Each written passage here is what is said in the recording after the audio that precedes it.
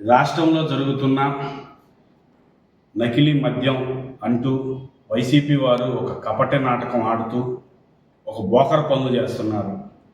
బోకర్లు కపట నాటకం అని ఎందుకంటున్నానంటే రాష్ట్రాన్ని సర్వనాశనం చేయటమే వీళ్ళ జీవిత లక్ష్యం.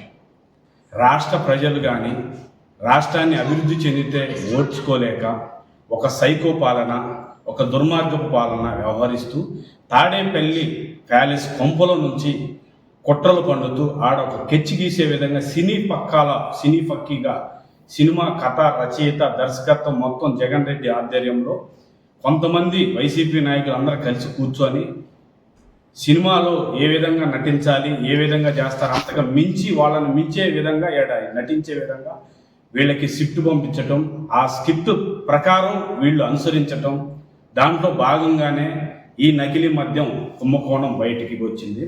నేను ఒకటే అడుగుతున్నాను, కూటమి ప్రభుత్వం వచ్చి 14 నెలలు అయింది. 14-15 నెలల మధ్యలో ఏ విధంగా అభివృద్ధి చెందింది, రాష్ట్రం ఏ విధంగా ముందుకెళ్తుంది, ముసలోళ్ళ పెన్షన్లు ఏ విధంగా పెంచారు, నిన్న గూగుల్ సంస్థ ఆంధ్రప్రదేశ్కి వచ్చింది, ఏ విధంగా అభివృద్ధి చెందుతుందో అవి చూసి ఓర్చుకోలేక ఇంకా మా మనుగడ లేదు, మేము రాలేము, మేము గెలవలేము, మేము బజార్లో తిరిగే పరిస్థితి లేదు, రాష్ట్ర ప్రజలందరూ కూటమి ప్రభుత్వం వైపు చూస్తున్నారనే ఒక దురుద్దేశంతో చంద్రబాబు నాయుడు గారి మీద, కూటమి ప్రభుత్వం మీద బురద జల్లే ప్రయత్నాలు చేస్తూ నిత్యం తప్పుడు ఆరోపణలు అవడం. ఎందుకంటే వారి సొంత బాబాయిని ఎంత క్రూరంగా చంపారో, ఆత్మహత్య అన్నారు, తర్వాత నారావారిసులు రక్త చరిత్ర అన్నారు, తిరుమల కొండల్లో డైమండ్లు ఉన్నాయి అన్నారు. అంటే వీళ్ళు చెప్పే మాటలు ఎలా ఉంటాయంటే ఓసరవల్లి కూడా సిగ్గుపడే విధంగా, ఓసరవల్లి తలదించుకునే విధంగా ఈ జగన్ రెడ్డి వారి పార్టీ వాళ్ళు వ్యవహరిస్తారు.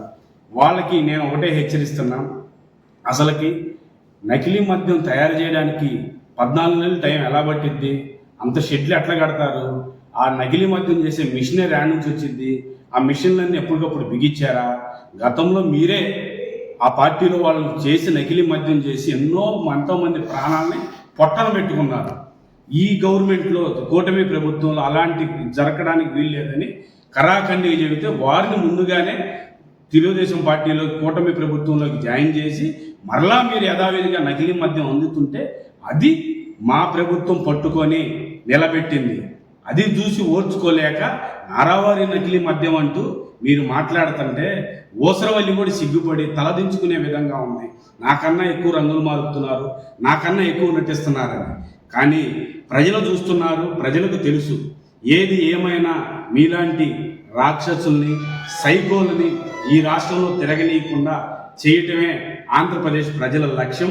ప్రజలు మీరు ఎన్ని కృతంతులు, ఎన్ని పన్నాగాలు పన్నినా రాష్ట్ర ప్రభుత్వాన్ని అభివృద్ధి చేస్తాడు, అభివృద్ధి చేసి నిర్మిస్తాడు. అమరావతిని ఏకదాడిగా నిర్మించి మీ సత్తా మీకు మనుగడ లేకుండా చేసే విధంగా చంద్రబాబు నాయుడు గారు వ్యవహరిస్తారు. ముందుగా ముఖ్యంగా ఇక్కడ మాజీ మంత్రి విడుదల రజనీ ఉంది. ఆమె నటించే నటన, ఆమె చేసే యాక్షన్ అసలు సావిత్రి కూడా పనికిరాదు, మహానటిలో కూడా మహానటి. ఎందుకన్నానంటే ఆమె అంది ఏమని, మద్యం నిషేధం చేసినాక మేము ఓట్లు అడుగుతామని గతంలో ఆమె మాట్లాడింది. నిన్న ఆమె వెళ్ళి ఏదో ఎక్సైజ్ ఆఫీస్ కాడికి వెళ్ళి వినతి పత్రం ఇస్తా ఏదో మాట్లాడతాను. అవన్నీ ఎవరు వింటారు, ఎవరు మాట్లాడతారు? ఇది మాట్లాడిన మాటలు.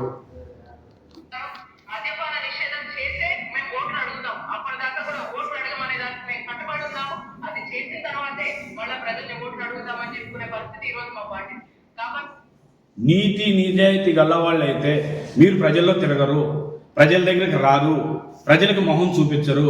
మీ మనుగుడు లేదు కాబట్టి అబద్ధాలను ప్రచారం చేస్తూ, అసత్యాలను ప్రచారం చేస్తూ, కూలి మీడియాని పెట్టుకొని వైసీపీ సోషల్ మీడియా పేటీఎం బ్యాచ్లను 5 రూపాయల బ్యాచ్ని పెట్టుకొని కూటమి ప్రభుత్వంపై చేస్తున్న దుష్ప్రచారానికి తిప్పి కొడతాం, తరిమి కొడతాం.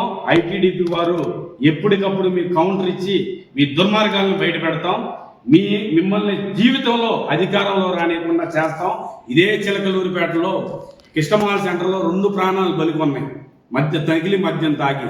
దాన్ని మీరు ఏ విధంగా వ్యవహరించి గవర్నమెంట్ హాస్పిటల్లో కూడా పోస్ట్ మార్టం చేయకుండా ఏ విధంగా తీసుకొచ్చి ఆ కుటుంబాన్ని సెటిల్ చేశారో మీకు తెలియదా?